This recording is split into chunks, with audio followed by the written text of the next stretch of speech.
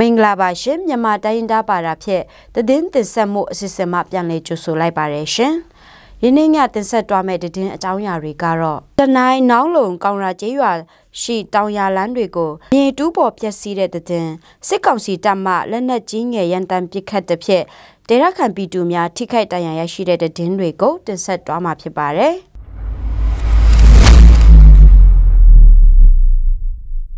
စစ်ကောင်စီတပ်မှကျေးရွာဘက်လက်နက်ကြီးငယ်ရန်တမ်းပစ်ခတ်မှုကြောင့်ဖကတ်မော်ဝမ်းကလေးကျေးရွာက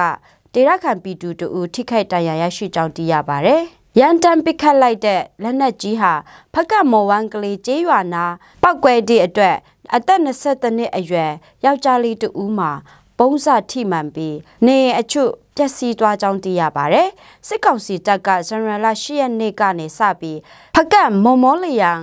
ကျေးရွာဘုံကြီးကျောင်းမှာတပ်ဆွဲနေရယူထားပြီးပြည်သူများနေထိုင်တဲ့ကျေးရွာဘက်နေတိုင်းဆိုသလိုလက်နက်ကြီးငယ်ရန်တမ်းပစ်ခတ်ယုံတာမကမော်မောလျံကျေးရွာအနီးရှိကြောက်တွင်းကကုမ္ပဏီများကိုအလုံးမလုံးရန်ပြောဆိုထားပြီးကုမ္ပဏီတွေအလုံးလုံးနေသည့်ပြည်သူအချို့ကိုဖမ်းဆီးခေါ်ဆောင်သွားကသူတို့စိတ်ကြိုက်ခိုင်းစားနေကြောင်းဖကန့်ဒေတာခံများမှသိရပါတယ်။ဖကန့်ဒေတာမှာလွန်ခဲ့တဲ့2022ခုနှစ်ကတည်းကစစ်ကောင်စီတပ်မှပြည်သူများနေထိုင်ရာကျေးရွာဘက်နေ့တိုင်းဆိုသလိုလက်နက်ကြီးလက်နက်ငယ်များရန်တမ်းပစ်ခတ်ကထိခိုက်ပြည်သူများရှိုံတာမကဖျက်တမ်းသွားလာနေသည့်ပြည်သူများကိုမတရားစစ်ဆေးဖမ်းဆီးခေါ်ဆောင်သွားတာတွေရှိပြီးယနေ့အထိပြန်လွတ်လာခြင်းမရှိသေးကြောင်းလည်းသိရပါတယ်။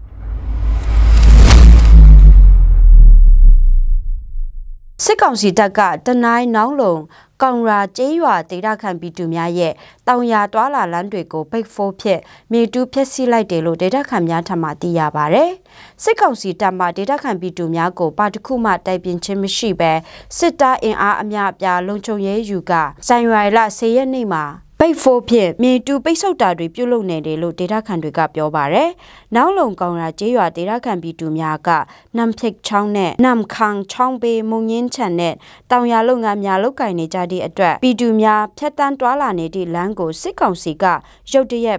ပိတ်ဆုတ်လိုက်တဲ့အတွက်ကြောင့်ဆိုင်ကယ်နဲ့နွားလေးတွားဖို့မပြောနဲ့ခြေကျင်တောင်တွားလို့မရဘူးလို့ပြောပါတယ်စစ်ကောင်စီတပ်မှပြည်သူများတွားလာလမ်းတွေကိုပိတ်ဆို့ယုံတာမက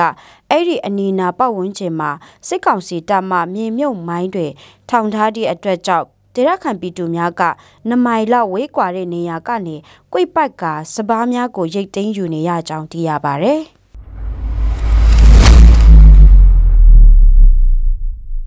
ဒီကနေ့ညရဲ့မြန်မာတိုင်းရင်းသားပါတာဖြစ်တဲ့တင်ဆက်မှုအစီအစဉ်ဤတွေပြီးဆုံးပါပြီတော်တာရှင်အပေါင်းရွှေလန်းချမ်းမြေ့ကြပါစေရှင်